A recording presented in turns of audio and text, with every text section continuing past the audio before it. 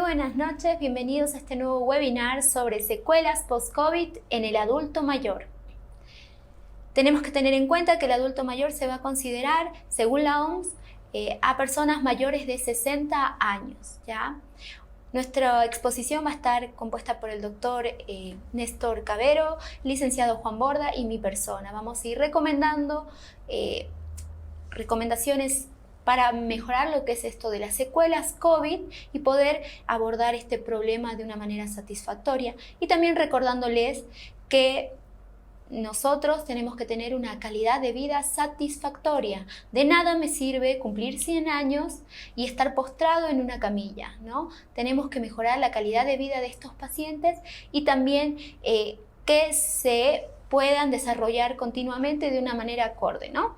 Y bueno, para empezar vamos a presentar al doctor Néstor Igor Cavero Rocabado. Él es médico general, magíster en geriatría y gerontología, realizó un diplomado en ecografía básica, es experto en lo que es la atención adulto mayor.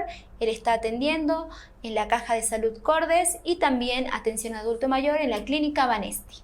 Bienvenido, doctor, le damos paso para que dé su exposición. Muy buenas noches, soy el doctor Néstor Cavero, soy médico general que realiza la atención al adulto mayor. Hoy vamos a hablar sobre lo que es el tema de la enfermedad del COVID, pero yo me voy a abocar más en lo que es el post-COVID en el adulto mayor.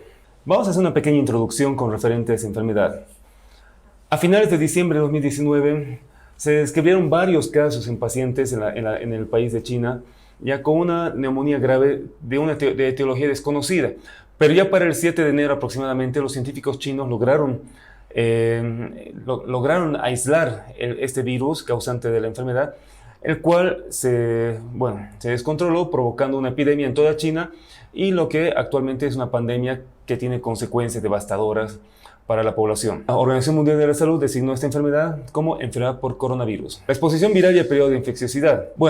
Actualmente igual se desconoce el intervalo preciso durante el cual un paciente con infección por COVID-19 puede transmitir la infección a otras personas. Pero el periodo de mayor potencialidad de esta enfermedad para la transmisión es más alto en los primeros días del transcurso, llegando así más o menos entre el séptimo y el décimo día a ser menos potencial y la enfermedad es muy poco probable de ser transmitida. El modo de transmisión de esta enfermedad. La principal vía de transmisión es por transmisión de persona a persona. Generalmente ocurre cuando las personas están con mucha proximidad, por lo cual se recomienda que haya un distanciamiento físico de aproximadamente unos 2 metros, de 1,5 metros a 2 metros. ¿Cómo se llega a contagiar? A través de partículas que salen del organismo, por ejemplo, cuando una persona tose, cuando una persona estornuda, o cuando las personas hablan y el receptor, la persona receptora, está demasiado cerca. Esto llega a ser cuando la persona inhala estas gotitas que salen de la boca de la persona que está contagiada, y así es como se provoca principalmente el medio de transmisión. El periodo de mayor contagio de la enfermedad. Se estima que el periodo de mayor infección alcanza el punto máximo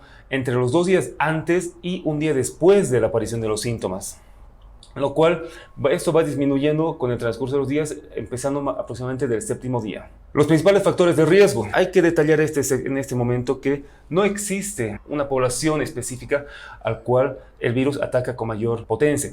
El virus ataca a toda la población, desde niños hasta personas de la tercera edad, con la diferencia que las complicaciones van en aumento con la mayoría de edad de las personas. Otra causa que aumenta el riesgo de complicaciones de esta enfermedad es cuando los pacientes tienen afecciones médicas o enfermedades de base, como conocemos, principalmente las enfermedades respiratorias como el asma, enfermedades pulmonares, la diabetes mellitus, puede ser el tipo 1 o el tipo 2, las afecciones cardíacas como la presión alta o cualquier tipo de cardiopatías que pueda tener la persona. Otro factor es la obesidad, pone en riesgo a la población. El tabaquismo en exceso o incluso pacientes que han sido fumadores pasivos ya tienen mayor riesgo de contraer las complicaciones de esta enfermedad. Generalmente cualquier persona que tenga un tipo de enfermedad adyacente ya es una persona de mucho riesgo, por lo cual se debe tomar siempre las previsiones desde un inicio. Las formas clínicas de la aparición de las que se presenta esta enfermedad son 2, la asintomática y la sintomática. La asintomática, bueno, como dice su nombre, es la persona que no presenta ningún tipo de síntomas. Ya la persona asintomática presenta fiebre, tos,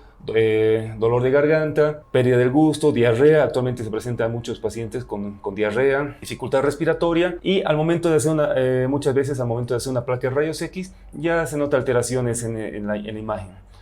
Pero en muchas ocasiones puede no aparecer, pero generalmente nos muestra unos focos con una alteración en la imagen.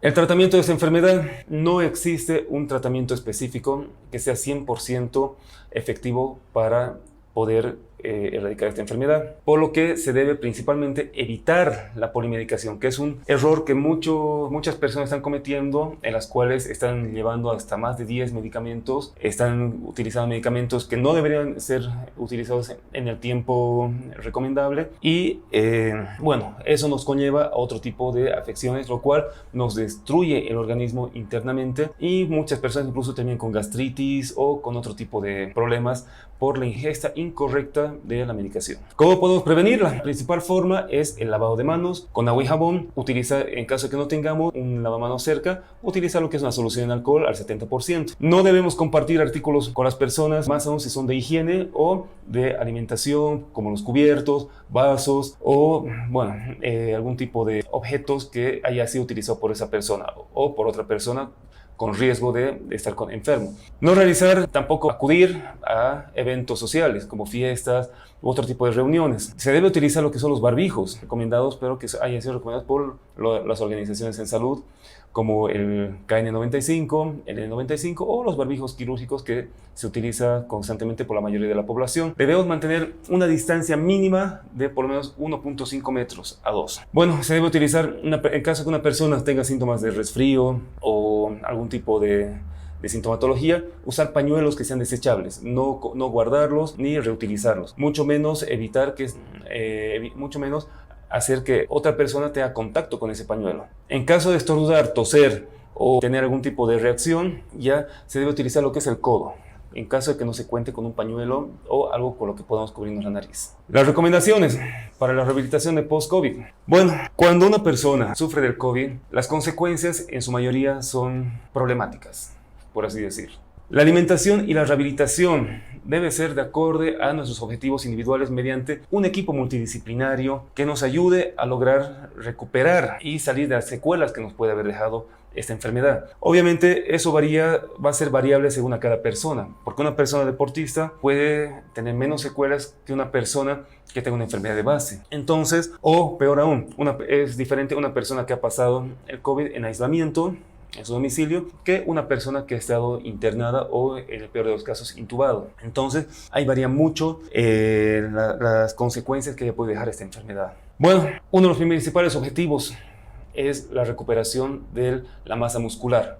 Para esto se debe realizar una evaluación exhaustiva entre el médico tratante y un nutricionista profesional. ¿Esto para qué? Para que nos ayude a garantizar la suficiente ingesta de alimentos, la ingesta proteica y de líquidos para poder recuperar nuestro organismo. Aquí voy a presentar lo que es de forma panorámica lo que es un arco de la alimentación, el cual nos muestra diferentes alimentos y lo que son las porciones de cada uno. Se debe hacer mucho énfasis en los frutos secos, frutas y verduras, carnes para la ingesta de las proteínas, en lo que son los lácteos, como los quesos, yogures, las verduras, los ciertos tipos de verduras que preferentemente que sean libres de grasas saturadas, y el consumo moderado, y más aún evitar lo que es la ingesta de azúcares y todo otro tipo de endulzantes que no sean recomendados por el personal en salud y principalmente por el personal en nutrición. Se debe beber bastante agua, porque durante el transcurso de la enfermedad la persona se deshidrata, sufre de bastante deshidratación. Entonces el consumo de agua, de líquidos, durante, antes y posterior a la enfermedad debe ser por lo menos de unos 6 a 8 vasos diarios de agua. Debemos consumir bastantes frutas, verduras que nos ayuden a lo que es estimular la inmunidad. Varias frutas como la acerola, el pomelo, son altos en vitamina C. La echinacea médica, que hoy en día es un excelente estimulador de la inmunidad. La miel, el consumo de multivitaminas durante y posterior a la enfermedad son muy necesarias. En los pacientes hospitalizados o intubados, bueno, aquí se debe utilizar lo que es una valoración con el personal médico tratante y con el personal de fisioterapia para poder recuperar la capacidad pulmonar del paciente, más aún con el paciente ha sido internado ya y peor aún intubado. Cuando el paciente sale de la intubación, las consecuencias de este mismo son, bueno, queda con secuelas gravísimas, por lo cual es necesario inmediatamente actuar con ellos, como decía, con el equipo multidisciplinario, el cual involucra fisioterapia, nutrición, psicología, médico tratante. Bueno, en los pacientes hospitalizados o que han sido intubados, debemos principalmente recuperar lo que es la capacidad pulmonar perdida, con la ayuda del equipo de fisioterapia especializado y capacitado para ese tipo de actividades. El fisioterapia debe ir de la mano junto con el personal médico para lograr exitosamente la recuperación y por lo menos aumentar lo que es la capacidad pulmonar del paciente. Si bien no se va a recuperar un 100% en la mayoría de los pacientes que han sido hospitalizados o intubados, pero lo importante es recuperar el mayor porcentaje de capacidad pulmonar en estas personas. Los ejercicios que se deben realizar luego de haber salido de la hospitalización o de la enfermedad deben ser moderados y de acuerdo a las posibilidades de cada paciente. No puede uno, como ha ocurrido en varios casos, que se van directamente a un gimnasio, prácticamente les incitan a realizar ejercicios que los fatigan. Eso nos está causando un daño pulmonar mayor encima del daño que ya nos dejó la enfermedad. Entonces, por lo cual vuelvo a hacer énfasis en que la terapia de recuperación debe ser únicamente por personal especializado y capacitado para este tipo de recuperaciones. Otra de las consecuencias que son de mayor repercusión que nos deja la enfermedad con el paciente estado internado o intubado en terapia intensiva es la pérdida de masa muscular. Entonces, este es uno de los mayores desafíos del personal del equipo multidisciplinario, que junto con el personal de nutrición, fisioterapia, personal médico e incluyendo el personal de psicología, ya debe trabajar y hacer mucho énfasis en esos pacientes. El trauma que queda en ellos posterior a las consecuencias que ha tenido esta enfermedad es muy grave, más aún cuando el paciente, luego de superar la enfermedad, ha podido haber tenido pérdidas de familiares o de seres queridos durante su estancia en los hospitales. Por eso se debe hacer, nuevamente digo, una valoración exhaustiva del paciente y apoyarlo en el proceso de recuperación. El ejercicio es muy importante en estos pacientes, el ejercicio tanto físico como respiratorio es muy importante para evitar que este paciente pueda decaer mucho más, por lo cual el proceso de recuperación va a ser prolongado. ¿Está bien? Mucho depende del estado en el que el paciente haya salido de la enfermedad. Bueno, como le decía hace un momento, hay pacientes que logran superar la enfermedad, salen, por así decirlo, victoriosos de la salud, pero emocionalmente no. Como había muchas personas que han perdido seres queridos, han perdido familiares a causa de esta enfermedad y más aún han perdido en muchos casos varios miembros de su propia familia. Entonces, cuando el paciente sale de la terapia o del hospital, se toma la sorpresa de que varios de sus seres queridos ya no están en su vida, lo cual eso los lleva a una depresión profunda. Entonces, aquí es donde el equipo de psicología debe actuar para ayudar al paciente a superar esta difícil etapa de su vida. Estos problemas psicológicos van a incrementar las secuelas que puede dejar la enfermedad. El paciente no va a querer comer, no va a tener ganas de vivir, no va a tener ganas de trabajar, interactuar con las personas, y es comprensible. En este caso se debe hacer demasiado énfasis de psicología y quizás con el personal de psiquiatría, por lo cual es recomendado eso para pacientes que han sufrido este tipo de traumas ya y que necesitan un apoyo principalmente de la población. No se debe dar la espalda a este tipo de personas, hay que tener bastante empatía porque, como se dice, nadie está libre de poder contraer esa enfermedad y de sufrir las consecuencias que puede llevarnos esta enfermedad, la cual hasta el momento está muy difícil de controlar. Por último, las recomendaciones. En pacientes que tienen enfermedades de base, principalmente hacer mucho énfasis en el consumo de su medicación, en horario, la alimentación y olvidar lo que es tomar sus tabletas o cualquier tipo de medicación que se le haya sido recomendada. ¿Esto para qué? Para evitar que haya un daño mayor interno y que esta enfermedad nos pueda provocar un caos mayor en el organismo. La alimentación debe ser variada, debe incluir alimentos de todos los grupos, carnes, lácteos, y hacer lo que es el consumo de bebidas, beber bastante agua, bastante fruta, bastante verdura. como les decía antes. Hay que incrementar lo que es el consumo de leche y los productos lácteos. Las carnes, se debe consumir carnes por lo menos 3 a 4 veces por semana. Estas son una mayor fuente de aporte de hierro. Hay que preferir los aceites de origen vegetal más que las grasas de origen animal. Esto nos altera lo que es el organismo, incrementa el colesterol, los triglicéridos. Usar siempre sal yodada en las comidas, pero con moderación. En pacientes que tienen presión arterial, el consumo de sal debe ser mínimo, preferentemente si no se utiliza la sal. Hay que reducir lo que es el consumo del café y el té. Hay que reemplazarlos por leche u otro tipo de jugos, de frutas principalmente. Otro tipo de alimentos que se pueden utilizar son los cereales, como el api, el amaranto, la maca. Son fuentes altas de energía. Bueno, no olvidarse de lavarse las manos todos los días, todo el tiempo, con agua y jabón. Hay que lavarse las manos igual, preferentemente antes de preparar los alimentos. Hay que lavarse las manos después. Hay que lavarse las manos si ha tenido contacto con otras personas, si ha estado en manipulación con objetos que han podido ser tocados por otras personas que sean sospechosas. En fin, lavado de manos y uso de alcohol. Consumir bastante agua, entre 6 a 8 vasos diarios. Evitar el consumo exagerado de azúcares, dulces, bebidas gaseosas, principalmente bebidas alcohólicas, y evitar lo que es el tabaquismo. Es importante que cada persona realice una actividad física por lo menos 30 minutos al día. Los adultos mayores necesitan por lo menos mínimamente realizar una caminata diaria de 30 a 45 minutos. Eso sí, no cuentan los descansos. Si el adulto mayor está cansado, descansa y luego continúa nuevamente con la caminata. A partir del inicio posterior al descanso es que nuevamente se contabiliza el tiempo que va a utilizar. Los ejercicios para los adultos mayores no deben ser exagerados. Consideremos que muchos de ellos sufren de problemas articulares, disminución de masa muscular, por lo cual el esfuerzo que ellos pueden realizar es limitado. No se deben hacer ejercicios bruscos, no se debe realizar ejercicios extremos o actividades extremas, pero si está en la capacidad de poder realizar levantamiento de pesas, obviamente no exagerado, realizarlo, preferentemente si los ejercicios también son realizados en el domicilio, para evitar, digamos, el contacto o el riesgo de posible contagio por la aglomeración de personas. Los adultos mayores son las personas más vulnerables en este caso porque, como les decía en un principio, los riesgos aumentan con la edad.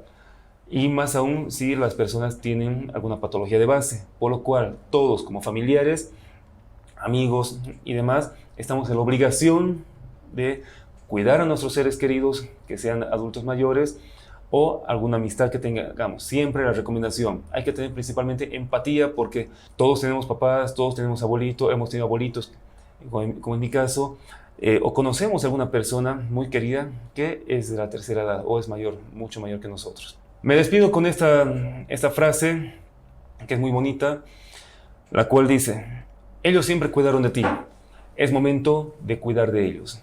Así que por favor, a toda la población que me está viendo, cuidemos a nuestros adultos mayores, cuidemos a nuestros papás, cuidemos a nuestros abuelitos, principalmente dirigido a aquellos que todavía tienen la dicha de contar con ellos, y todos juntos venceremos esta enfermedad, principalmente con nuestros seres queridos al lado. Muchas gracias. Bueno, muchas gracias, doctor Néstor Cavero, que muy buenas recomendaciones a este nivel de lo que es el paciente adulto mayor. Y bueno, vamos a dar paso al licenciado Juan Borda Muñoz.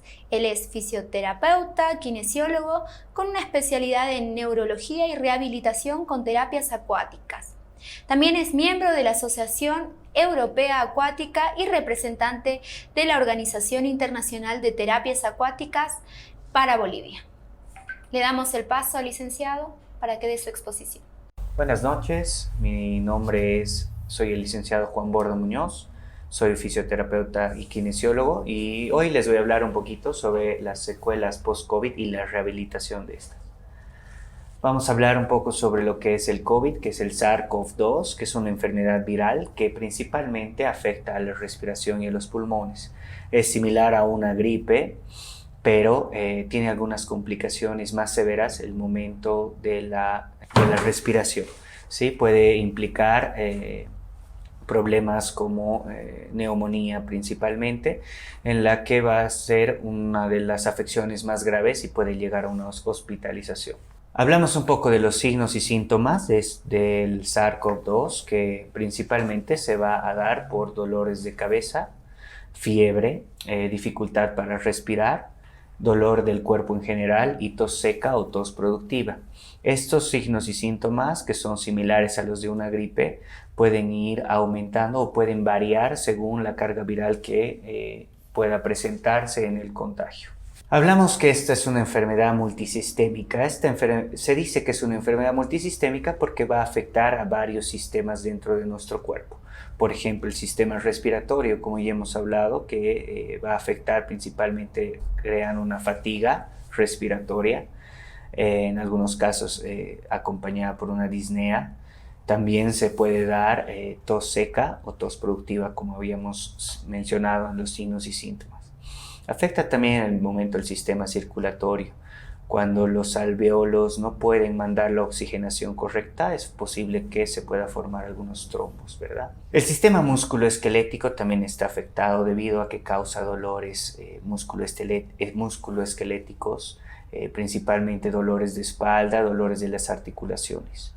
Afecta el sistema nervioso porque esto crea una ansiedad, una depresión. También nos puede causar pérdida del olfato y pérdida del gusto. Y en la parte del sistema digestivo afecta el momento de salir de algún problema de la unidad de terapia intensiva, en la que cuando una persona ha sido entubada puede afectar en la parte de la probabilidad de tragar y los dolores al comer y al deglutir. Vamos a hablar sobre las secuelas del COVID como si fuera un síndrome post-COVID. Las secuelas las vamos a llamar como si fuera un síndrome post-COVID. Este síndrome post-COVID va a ser afectado principalmente en la función pulmonar reducida. Vamos a crear una fatiga, como les he explicado antes, una fatiga al momento de respirar. Esto va a hacer que cuando yo venza el virus voy a empezar a tener algunas variaciones en el momento de la respiración. Vamos a tener una pérdida en la fuerza muscular. Esto se va a dar por la inactividad que se ha tenido en el momento del contagio, el momento de superar la enfermedad. Esta pérdida de fuerza muscular nos va a llevar a una pérdida del equilibrio y de la marcha.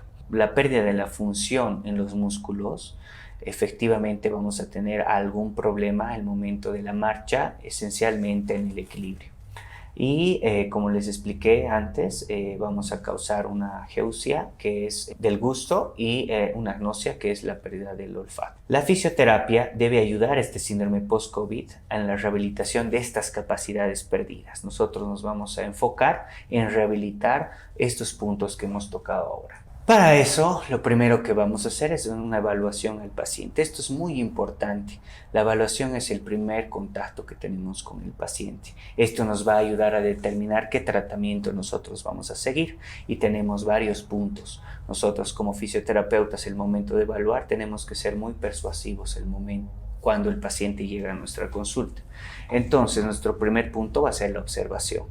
Nosotros vamos a observar todo tipo de detalles que tenga el paciente al momento de estarnos contando sobre su problema que ha tenido, sobre la enfermedad, sobre el tiempo que ha estado, sobre los problemas que está presentando.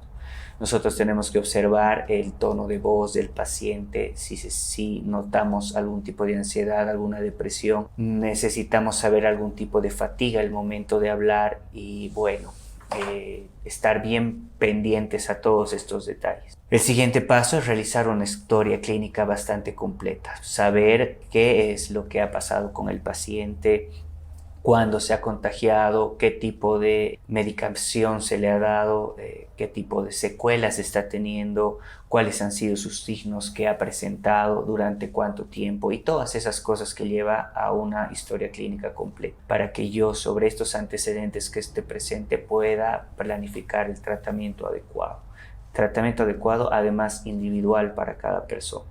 Tenemos que saber controlar la saturación de oxígeno, la frecuencia cardíaca y la frecuencia respiratoria, para que nosotros sepamos qué órganos y qué sistemas principalmente se han afectado. Después vamos a ver un poco los músculos respiratorios. Vamos a mandarle a hacer algunas pruebas al paciente en el que se va a ver qué tan afectados están los músculos respiratorios.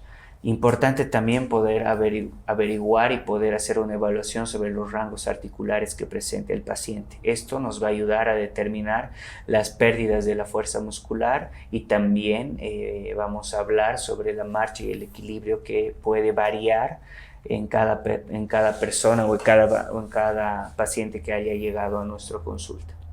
Y por último, vamos a hacer también la evaluación de fuerza muscular, dependiendo del test que nosotros querramos, para que determinemos alguna secuela también provocada por los dolores articulares. Estas secuelas de la inmovilidad pueden ser muy duraderas, ¿sí? Entonces, lo que más se recomienda es volver a la vida activa lo antes posible. O sea, se recomienda una movilidad precoz para que podamos empezar a combatir rápidamente las secuelas. ¿Y cómo vamos a llegar a una movilidad precoz? Vamos a empezar con los ejercicios respiratorios. Para que nosotros podamos hacer una rehabilitación adecuada, necesitamos primero darnos prioridades y ver cuáles son las afecciones principales. En este caso, el SARS-CoV-2 principalmente afecta a la respiración, como hemos dicho. Entonces, si nosotros tenemos afectado los pulmones, cuando querramos hacer algún ejercicio de fuerza o algún ejercicio de movilidad del cuerpo, no lo vamos a poder lograr porque vamos a llegar a una fatiga respiratoria muy rápido. Entonces, los ejercicios respiratorios van a ser, vamos a empezar con la activación de los músculos respiratorios. Estos músculos nos van a ayudar a que la función respiratoria que se ha perdido la podamos recuperar lo más rápido posible. Esta activación de músculos respiratorios van a incluir la activación del diafragma, que es un músculo muy importante que muchos no lo sabemos utilizar.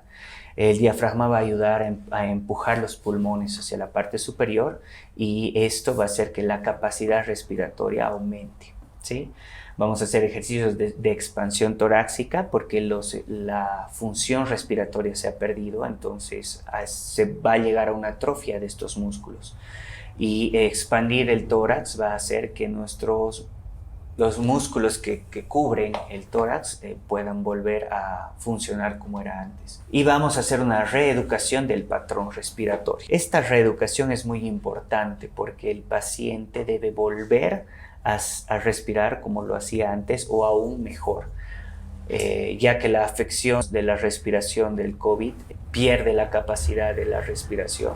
Entonces nosotros tenemos que reeducar este patrón respiratorio. Después de trabajar con los ejercicios de respiración, lo que tenemos que hacer son ejercicios de estabilización y equilibrio.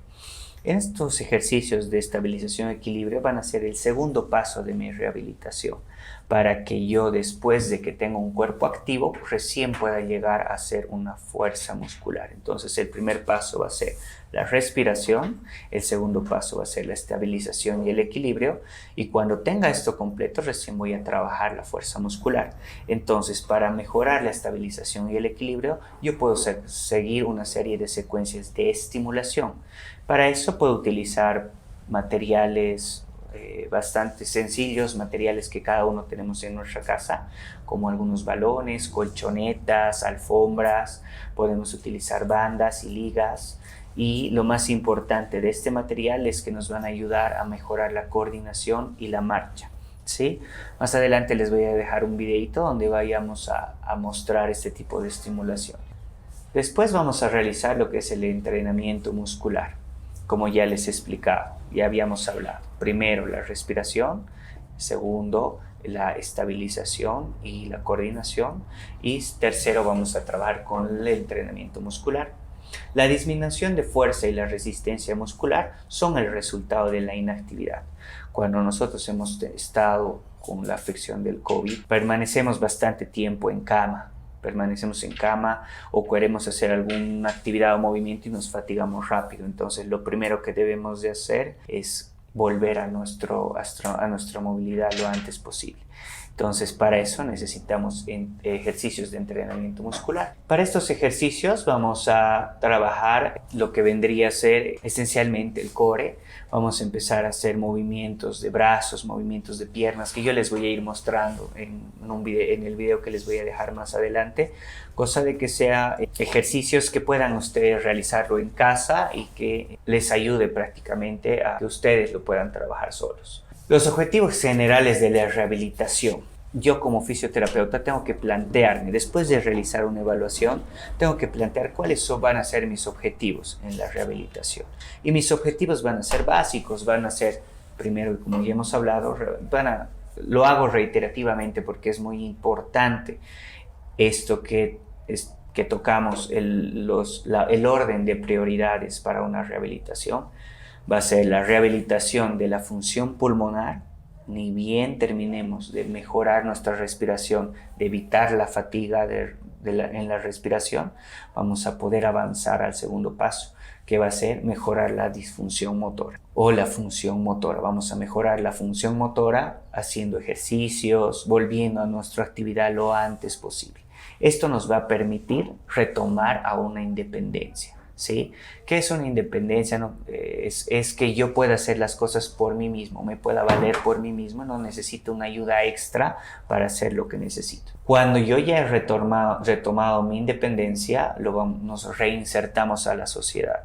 Esta reinserción a la sociedad es el punto final del objetivo del tratamiento, que es volver a hacer lo que hacía antes, ir a trabajar, poder subirme a un transporte, hacer actividades físicas, deporte, compartir con los amigos y demás.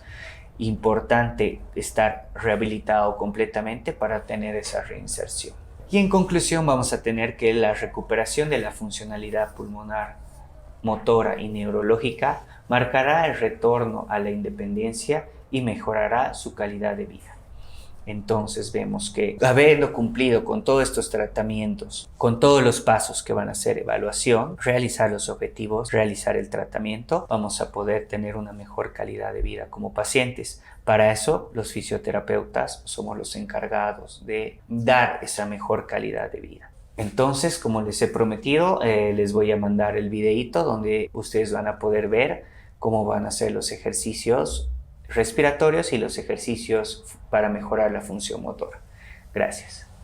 Bien, ahora les voy a mostrar un poco los ejercicios que les he hablado. En primer lugar, como les he dicho, la evaluación del paciente es lo más importante.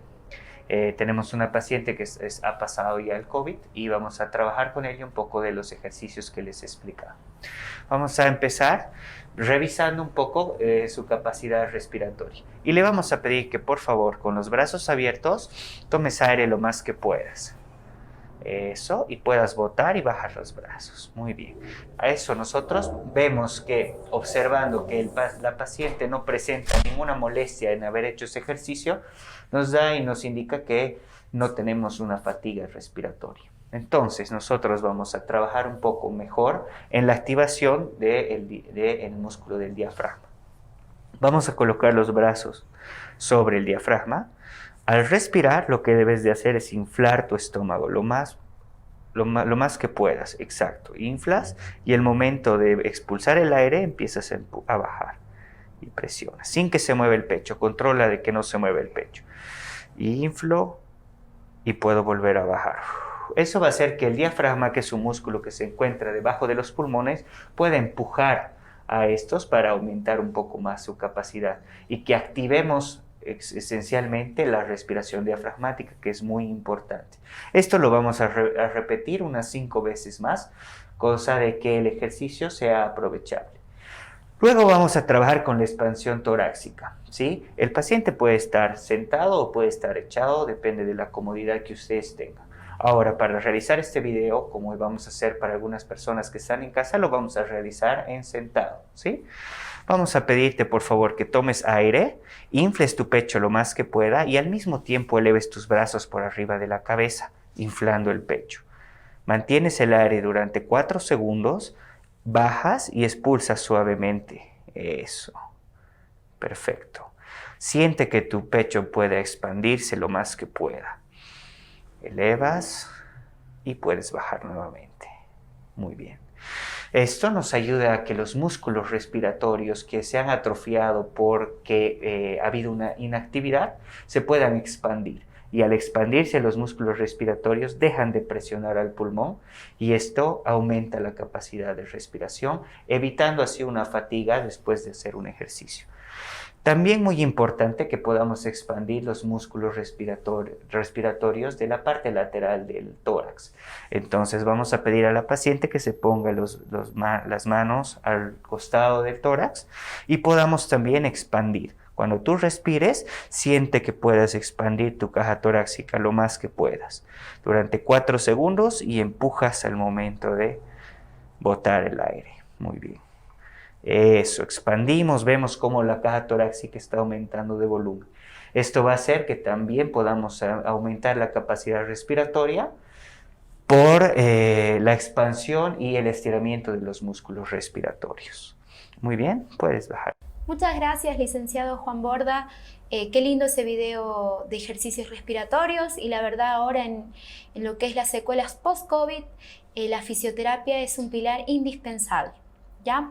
Bueno, para terminar vamos a hablar un poco de la nutrición, y para eso me presento. Yo soy la licenciada Dayana Meneses Fernández, soy nutricionista dietista, experta en síndrome metabólico y obesidad, tengo una certificación en psicología de la obesidad y también soy experta en lo que es nutrición complementaria.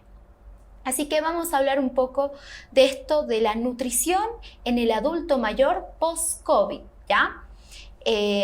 Tenemos que saber que estos pacientitos, según la OMS, se los considera a partir de los 60 años en adelante, ¿no?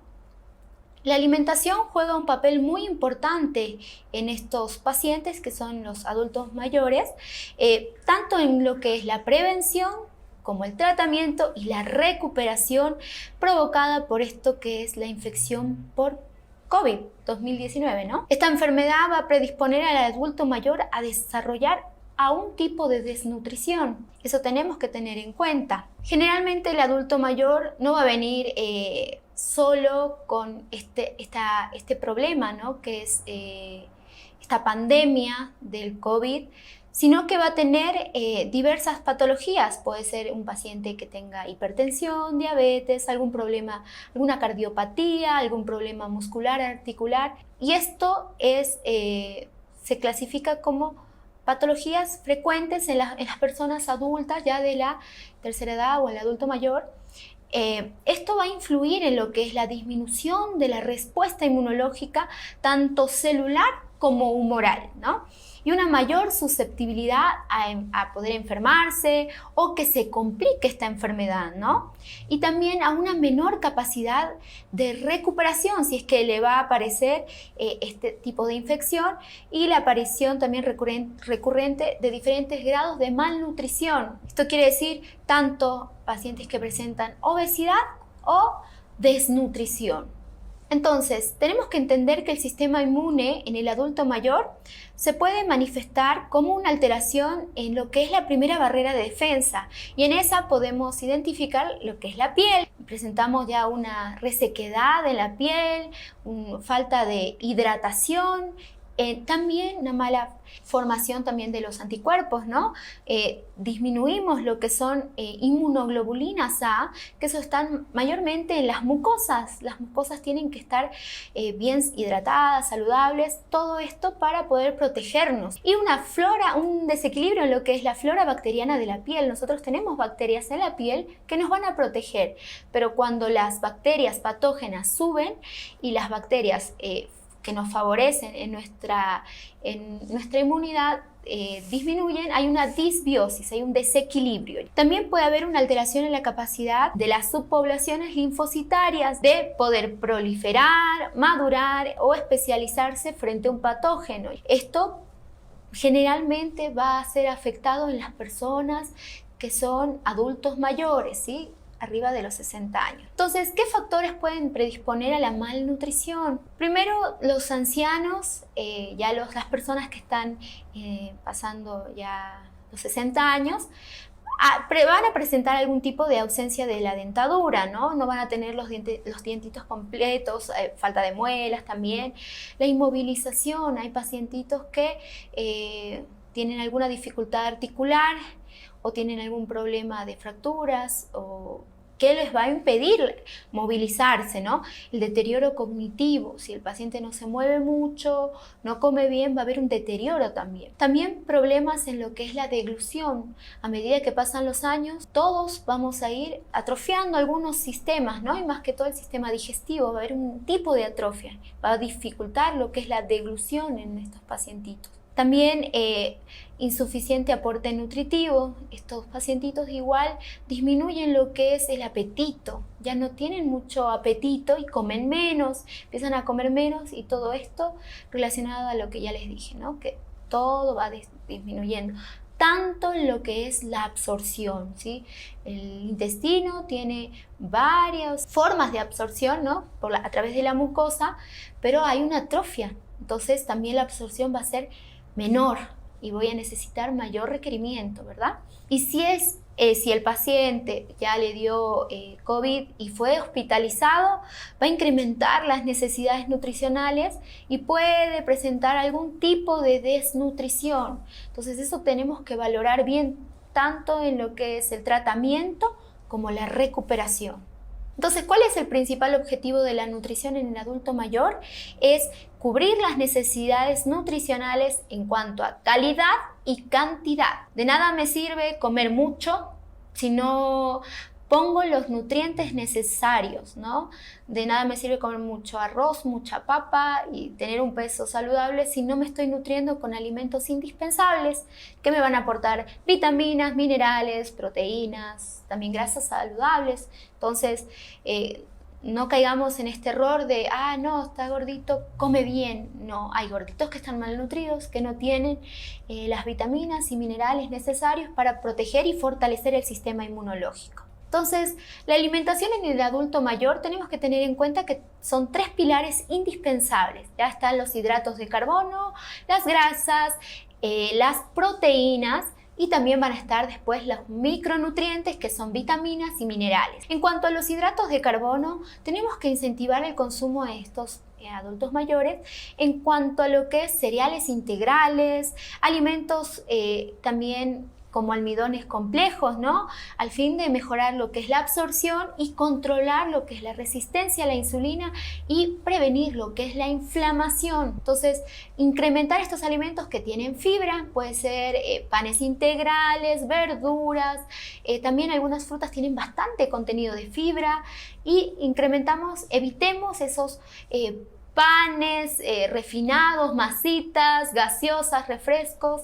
Eso solo nos van a inducir a una resistencia a la insulina y a una proinflamación. Pacientes que son polimórbidos, ¿esto qué quiere decir? Que tienen más de una enfermedad, puede ser la infección que le está dando o que ya le dio y también, digamos, si el paciente es hipertenso o tiene resistencia a la insulina. Esto tenemos que tener en cuenta cuánto va a ser su requerimiento diario. Según algunos estudios, se ha visto que si el paciente es polimórbido mayor a 65 años, podemos recomendarle de 27 kilocalorías por kilogramo peso al día. ¿Ya? Entonces ese sería su requerimiento diario. Esto va a depender de cada paciente, no todos son iguales, ¿ya? Es un dato general. Para poder tratar a un paciente tendría que ir obviamente con un profesional y que lo trate individualmente, ¿no? También pacientes polimórbidos con un peso disminuido para la edad. Si el paciente está con un peso disminuido para la edad y para la talla, entonces se le va a recomendar 30 kilocalorías por día, por kilogramo peso por día, ¿ya? Entonces ahí se aumenta un poquito más porque obviamente está con un peso disminuido. Personas que tienen mayor edad a 60, o sea, personas ya adultos mayores, diagnosticadas con COVID, pero que no se encuentran en etapa grave y en los que el gasto energético y la actividad física están levemente incrementados, se va a recomendar hasta 30 kilocalorías por kilogramo peso al día, ¿no? Entonces, estos son valores, como ya les dije, independientes que el profesional de salud va a tener que identificar y poder recomendar lo más específico a cada paciente, ¿no? Porque no todos somos iguales. En cuanto a las grasas, se va a recomendar un aporte de 30 a 40% del requerimiento total de las calorías, y en esas vamos a dividirlos en 3 tipos de grasas, ¿no? Las grasas saturadas no tienen que superar a lo que es el 10%. Las grasas monoinsaturadas solo pueden estar de 10 al 15%, y las grasas poliinsaturadas, que son las buenas, tendríamos que aumentar en cantidad, esas tendría que ser mayor al 10%. Entonces, en los ácidos poliinsaturados tenemos que ver los indispensables, que son los omega 3 y los omega 6. Más que todo el omega 3, aquí podemos encontrar estos y sus derivaciones, ¿no? Los ácidos alfa-linolénico, que es el ALA, o el eicosanopentanoico, y también la DHA, que es muy conocida, ¿no? Entonces, para poder aumentar estos ácidos poliinsaturados esenciales, tenemos que incrementar alimentos como pescados. Acá en Bolivia podemos encontrar la trucha, que tiene un alto contenido en omega 3, aceites vegetales, ¿no? Como el aceite también de soja, de girasol, y también el aceite de oliva tiene una cantidad pero bastante menor. ¿Esto qué va a hacer? Estos ácidos poliinsaturados van a ayudar en lo que es una acción antiinflamatoria, va a ayudar también en lo que es una acción vasodilatadora, broncodilatadora, en esto que es el COVID, y también va a haber protección a nivel endotelial, lo que es la piel, ¿no? La piel y en la resistencia en cuanto a las células. Proteínas. Las proteínas es indispensable para el adulto mayor. Ya las personas ya adultas tienen disminución en lo que es el apetito, y más que todo en las proteínas. Evita el consumo de carnes, ya no tiene apetito por las carnes, menos las carnes rojas, pollo come en poca cantidad. Entonces, esto sí puede influir en la recuperación del paciente. El paciente tiene que estar con una buena cantidad de proteínas, y las proteínas también tienen otras vitaminas, ¿no? De origen animal, tienen varias vitaminas que son indispensables para lo que es el sistema inmunológico. Entonces, se va a recomendar de 1 a 2 gramos de proteínas kilogramo día, si el paciente está en recuperación de haber sufrido COVID, ¿ya? Si está ya un paciente más crítico, ahí se va a ver, es dependiendo la situación del paciente, ¿no? Y cómo está a valoración nutricional, ¿no? Hay que hacer una buena valoración nutricional y ver cómo está el paciente para poder dar recomendaciones. Y tenemos que darle también proteínas de alto valor biológico y de calidad, ya que no tengan muchas grasas saturadas. Evitemos carnes muy grasosas.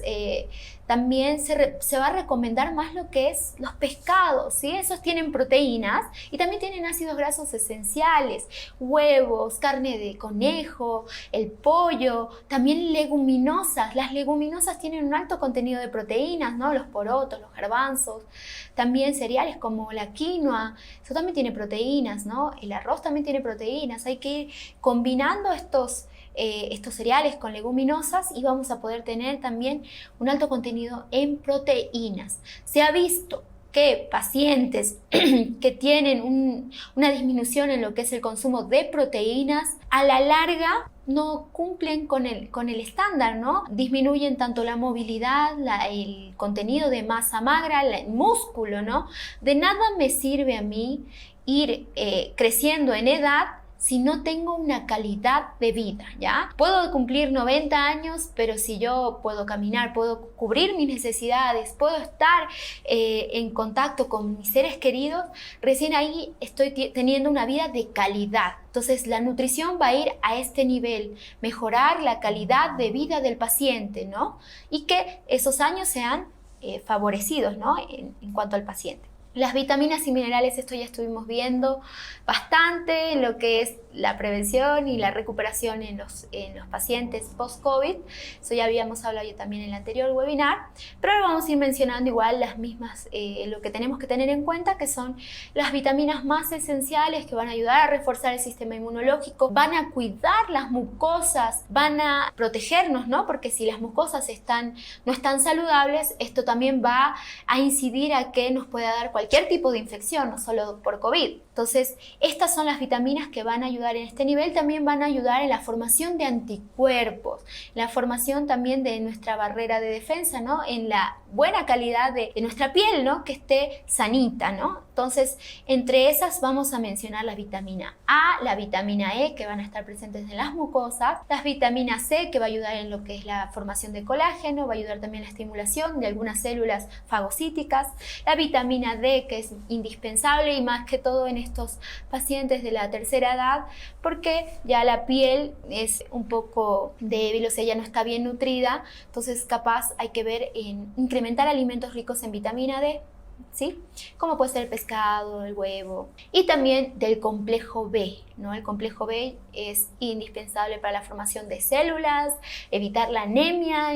Estos pacientes también pueden presentar un tipo de anemia, ácidos grasos insaturados, poliinsaturados, que son de la familia del omega 3, como ya les había dicho, y 6, el selenio, el zinc, el hierro y el magnesio. Todo esto para mejorar el sistema inmunológico.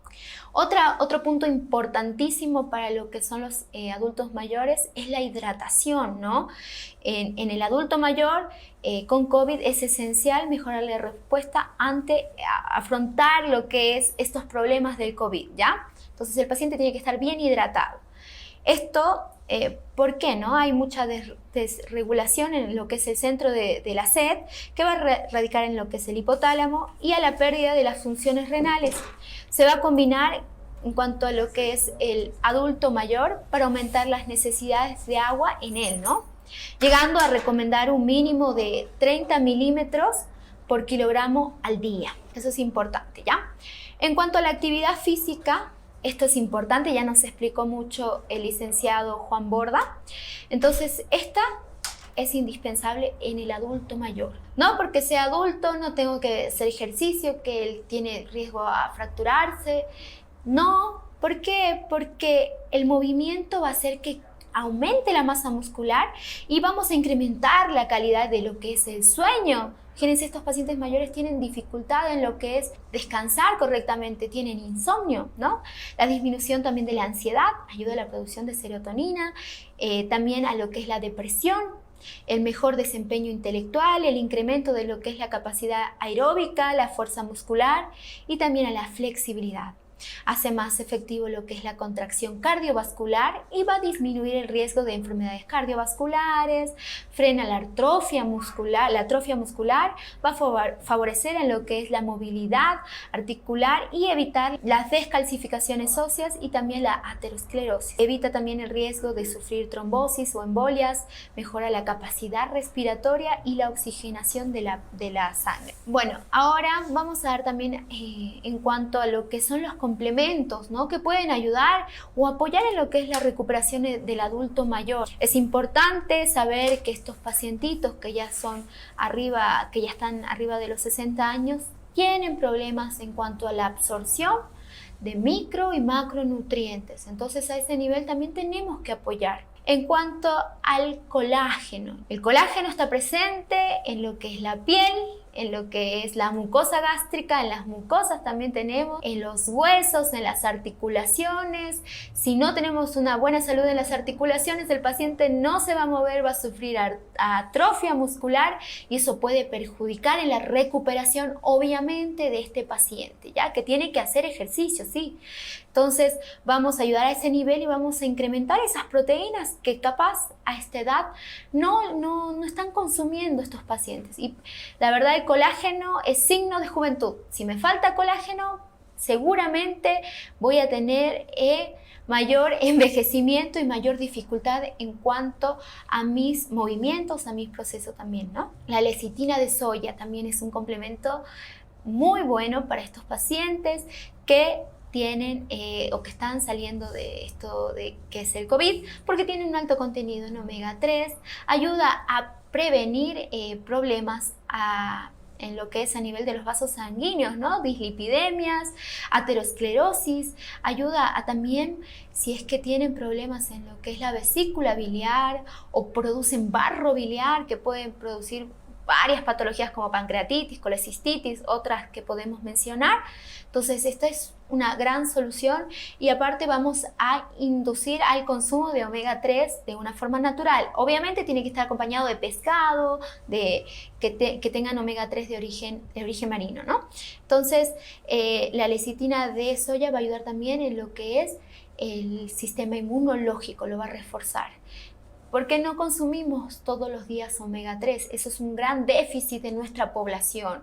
Por eso, para estos adultos mayores les puede venir muy bien la lecitina de soya. Ya aparte tiene fósforo y colina, que va a ayudar en el proceso de aprendizaje, de memoria y también de la transmisión nerviosa, ¿no? Estas secuelas de COVID han afectado mucho el sistema nervioso central, hay dolor de cabeza, hay mala circulación. Entonces, a este nivel nos va a ayudar bastante la lecitina. El aceite de onagre y la vitamina E. La vitamina E para las mucosas y también para lo que es la piel, una buena circulación, evitar trombos, evitar formación también de ateromas. Eso también nos va a ayudar a eliminar el colesterol malo. Luego, otro que nos puede ayudar bastante es el magnesio. Si bien muchos pacientes que han tomado algún tipo preventivo o si estaban con COVID han tomado antibióticos y más que todo la citromicina, esto puede inducir a que el paciente tenga un déficit de magnesio. Si usted o algún familiar ha tomado esto del antibiótico de la citromicina, se puede incrementar alimentos ricos en magnesio, que está en el cacao, algunas verduras, o si no también complementarlo con algún tipo de magnesio.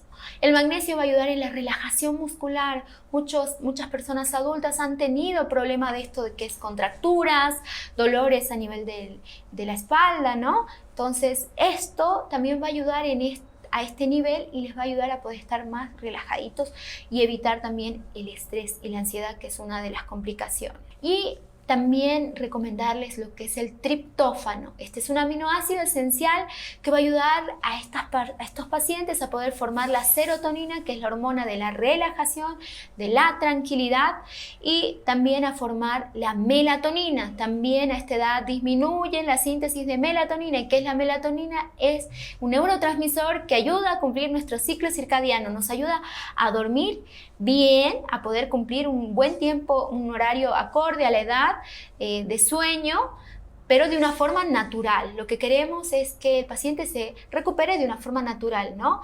Y evitar otros fármacos que producen dependencia, que son las benzodiazepinas, clorazepam, Neuril. Todos esos fármacos producen un tipo de dependencia y al final no llegan a cumplir el sueño que necesita el paciente, que necesita dormir bien y recuperar y reparar tejidos, que es lo ideal. Bueno, entonces con esto ya damos por finalizado lo que es este webinar. Agradecemos que estén presentes a todos. Si tienen algún comentario, alguna duda sobre la exposición, nos pueden comentar en la tablita de comentarios y vamos a ir respondiendo a todas sus dudas. Y también queremos invitarlos al congreso que va a estar realizado en La Paz, el Alto, ¿no? Con diversos especialistas capacitados en lo que es esto de secuelas post-COVID y que han atendido en primera línea a estos pacientes y que nos pueden ayudar con muchas informaciones. Así que los esperamos y muchas gracias.